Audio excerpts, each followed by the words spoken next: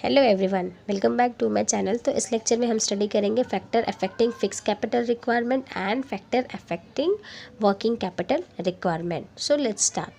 तो सबसे पहले हम स्टडी करेंगे factors affecting fix capital requirements, यानी क्या क्या फैक्टर्स अफेक्ट करते हैं फिक्स कैपिटल की रिक्वायरमेंट्स पे। Point number 1, nature of a business. तो ये फिक्स कैपिटल की रिक्वायरमेंट डिपेंड होती है नेचर ऑफ अ बिजनेस, यानी अगर आपका मैन्युफैक्चरिंग इंडस्ट्री या फिर पब्लिक यूटिलिटी है। मैन्युफैक्चरिंग इंडस्ट्री का मतलब ये होता है जहाँ पर रॉ मटेरियल्स को कन्वर्ट किए जाते हैं फिनिश गुड्स में। एंड पब्लिक यूटिलिटीज़ जो आपको पब्लिक सर्विसेज प्रोवाइड करते हैं, जैसे electricity, gas, travelling, waters.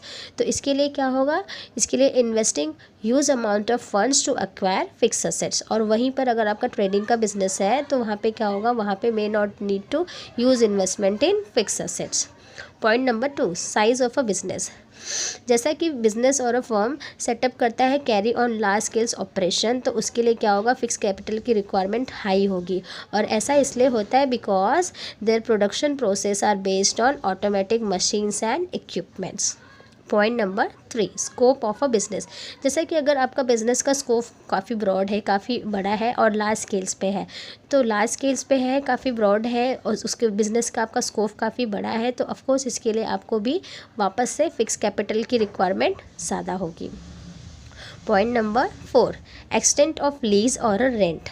If an entrepreneur decide to acquire assets on lease on rent basis, less amounts of fund for fixed assets will be needed for the business। जैसा कि अगर कोई entrepreneur decide करता है कि वो assets को acquire करेगा लीज और रेंट पे, तो उसके लिए क्या होगा, उसके लिए लेस अमाउंट ऑफ फंड्स की ज़रूरत होगी फिक्स असेट्स को परचेज करने के लिए या फिक्स असेट्स को यूज़ करने के लिए। अब लीज का मतलब क्या होता है, लीज एक कॉन्ट्रैक्ट होता है बिटवीन 1 और 2 पर्सन। इसमें क्या होता है कि एक पर्सन अपना कोई मशीनरी, बिल्डिंग या लैंड दूसरे पर्सन को देता है एक पीरियड ऑफ अ टाइम के लिए, तो उसे हम कहते हैं लीज। यानी अगर हम रेंट पे या लीज पे कोई भी लैंड, बिल्डिंग या मशीनरी को यूज़ करते हैं तो उसके लिए हमें क्या होगा, उसके लिए हमें फिक्स असेट्स की रिक्वायरमेंट कम हो जाती है। Now point number 5, arrangement of सब कॉन्ट्रैक्ट। अब सब कॉन्ट्रैक्ट का मतलब ये होता है जैसे कि मेरे बिजनेस का कुछ पोर्शन मैं किसी और को दे देती हूँ, तो उससे क्या होगा, वो थोड़ा डिवाइड हो जाता है और इस डिवीजन की वजह से हमें क्या होगा, फिक्स कैपिटल की रिक्वायरमेंट जो है वो मिनिमाइज हो जाती है। Point number 6, acquisition of old assets. Acquisition of old assets का मतलब है, हम ये कह सकते हैं कि purchasing a second hand of machine. जैसे कि हम बहुत सारी मैन्युफैक्चरिंग कंपनी जो लार्ज स्केल्स ऑपरेशन करती है, तो उनके मशीन्स के प्राइसेस काफ़ी ज़्यादा होते हैं, तो अगर इनकेस उन्हें सेकेंड हैंड में कोई मशीन्स मिलती है तो वो ईजिली उसे परचेज़ कर लेते हैं।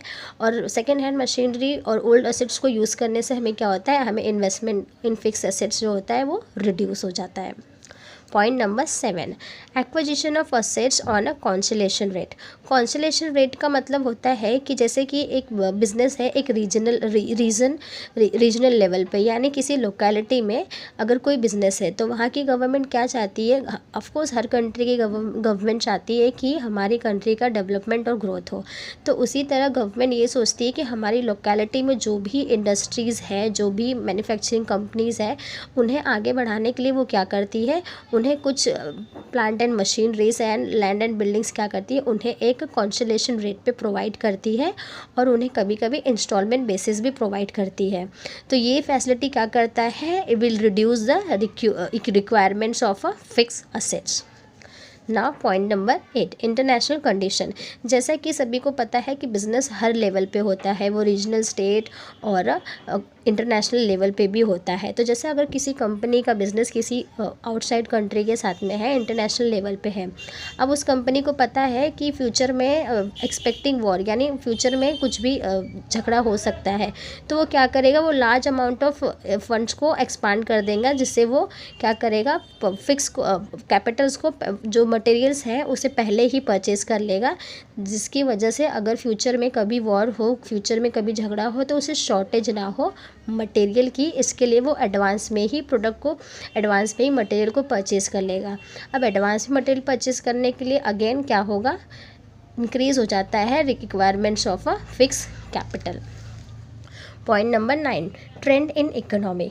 ट्रेंड इन इकोनॉमी का मतलब ये है कि जैसे कि कोई कंपनी है, अब उसका कैसा है, उसका फ्यूचर ब्राइट है। अब उसकी कंपनी का तो फ्यूचर ब्राइट है, उसे पता है कि मेरी कंपनी काफ़ी अच्छी चल रही है और फ्यूचर में तो मेरा बिज़नेस और आगे जाने वाला है। तो और आगे जाने का है मतलब अगर हमें एडवांस में ही पता है कि हमारा प्रोडक्शन काफ़ी अच्छा चल रहा है, हमारे प्रोडक्ट काफ़ी अच्छा परफॉर्म कर रहा है मार्केट में, तो उसके लिए क्या होगा, उसे पहले से ही प्रिपेयर होना होगा कि और डिमांड होगी, तो उसे डिमांड को पूरी करने के लिए उसे प्रोडक्शन पहले से ही करके रखना पड़ेगा। तो उसके लिए उसे क्या लगेगा, large amount of funds are investing in fix asset to reap benefits in a future. यानी फ्यूचर में बेनिफिट्स पाने के लिए उसे क्या करना पड़ेगा, उसे एडवांस में ही लार्ज अमाउंट ऑफ फंड्स को इन्वेस्ट करना होगा इन फिक्स असेट्स में। Point number 10, population trend. जैसा कि पॉपुलेशन इंक्रीज़ होती है तो उसके हिसाब से डिमांड भी इंक्रीज़ होती है। तो इसके लिए तो ये भी एक बहुत ही अच्छा रोल प्ले करता है। जैसे कि कोई लोकेलिटी में मेरा एक बिज़नेस था, वहाँ पे उतनी डेवलपमेंट नहीं थी, वहाँ पे उतनी पब्लिक्स नहीं रहती थी, बट जैसे धीरे धीरे डेवलपमेंट होने लगा, वहाँ पर पब्लिक आकर रहने लगी, तो उससे क्या हो गया, मेरे जो प्रोडक्ट थी उसकी डिमांड धीरे धीरे बढ़ने लगी। तो जैसे कि for example automobiles industry, electronic goods, manufacturing industry, readymade garments etcetera. अभी ये क्या है, ये सब नेसेसरी, ये क्या है, हमारे बेसिक नीड्स से जो कोई भी लोकेलिटी में हमारा फॉर्म और बिजनेस है, तो ये सब क्या है, ये सब कुछ बेसिक्स चीज़ें हैं जो लोगों को रोज़ की लाइफ के लिए काम आते हैं। तो अगर पॉपुलेशन ट्रेंड होगा तो इट इज़ ऑफकोर्स मेरे प्रोडक्ट्स जो है वो मार्केट में और ज़्यादा बिकने लगेंगे। तो इसके लिए अगेन हमें क्या लगेगा, huge amount of fix capital. Point number 11, consumer preference. Consumer preference का मतलब ये है कि कंज्यूमर को कौन सा गुड्स, यानी उनका प्रेफरेंस, वो किस गुड्स को ज़्यादा प्रेफर करते हैं। तो सपोज़ मेरा एक प्रोडक्ट है, प्रोडक्ट ए, और इसकी डिमांड बहुत ज़्यादा है, गुड डिमांड है मार्केट में, तो will require large amount of fixed capital. For example, और अनदर एग्जाम्पल भी ये देख सकते हैं, जैसे कि mobile phone manufacture as well as mobile network provider. जैसा कि अगर मोबाइल फ़ोन की मैन्युफैक्चर ज़्यादा होती है, तो उससे मोबाइल के जो नेटवर्क्स प्रोवाइड करने वाले जो कंपनी होती है उनकी भी डिमांड बढ़ जाती है। यानी एक के साथ में दो डिमांड्स बढ़ जाती है, क्योंकि कंज्यूमर को क्या है, मोबाइल फ़ोन लिया है तो उसमें नेटवर्क भी उनको चाहिए, तो मोबाइल फ़ोन की डिमांड बढ़ती, तो उसके साथ साथ में क्या हो रहा है, मोबाइल नेटवर्क प्रोवाइडर्स का भी डिमांड बढ़ जा रहा है। Point number 12, competitive factors. Competitive factors का मतलब ये है कि जैसे कि मेरा सेम बिज़नेस कोई और भी सेम बिज़नेस कर रहा है, एक ही बिज़नेस दो लोग कर रहे हैं। अगर मैंने मेरे बिज़नेस में कुछ ऑटोमेशन लेकर आया है, तो सामने वाले बिज़नेस जो मेरा बिज़नेस को सेम कॉपी करके चला रहा है या सेम बिज़नेस मार्केट में है, तो उसे भी क्या फॉलो करना पड़ेगा, ऑटोमेशन। क्योंकि अगर वो सेम चीज़ को नहीं फॉलो करेगा तो it will reduce his sales. तो उसके लिए भी क्या अगेन हमें लगेगा, अगेन हमें ज़रूरत होगी large amount of capital requirement. Now factors affecting of a capital requirements. Point number 1, nature of a business. जैसा हमने point number factors affecting of fix capital में पढ़ा था, तो सेम यहीं पर वो भी चीज़ें आती है, नेचर ऑफ अ बिज़नेस। यानी आपका बिज़नेस मैन्युफैक्चर है या फिर पब्लिक यूटिलिटी प्रोवाइड करने वाला है, तो ये सारी चीज़ें क्या होती हैं, यहाँ पे ऑफकोर्स हमें large scale of working capital की ज़रूरत पड़ेगी। जैसा कि अगर हमारा बिज़नेस डीलिंग करता है लग्जरियस प्रोडक्ट, लग्जरियस प्रोडक्ट का मतलब होता है जैसे कार हो गए, BMW कार्ड्स या फिर कोई और कार्ड्स आप ले सकते हैं एग्जांपल्स के लिए।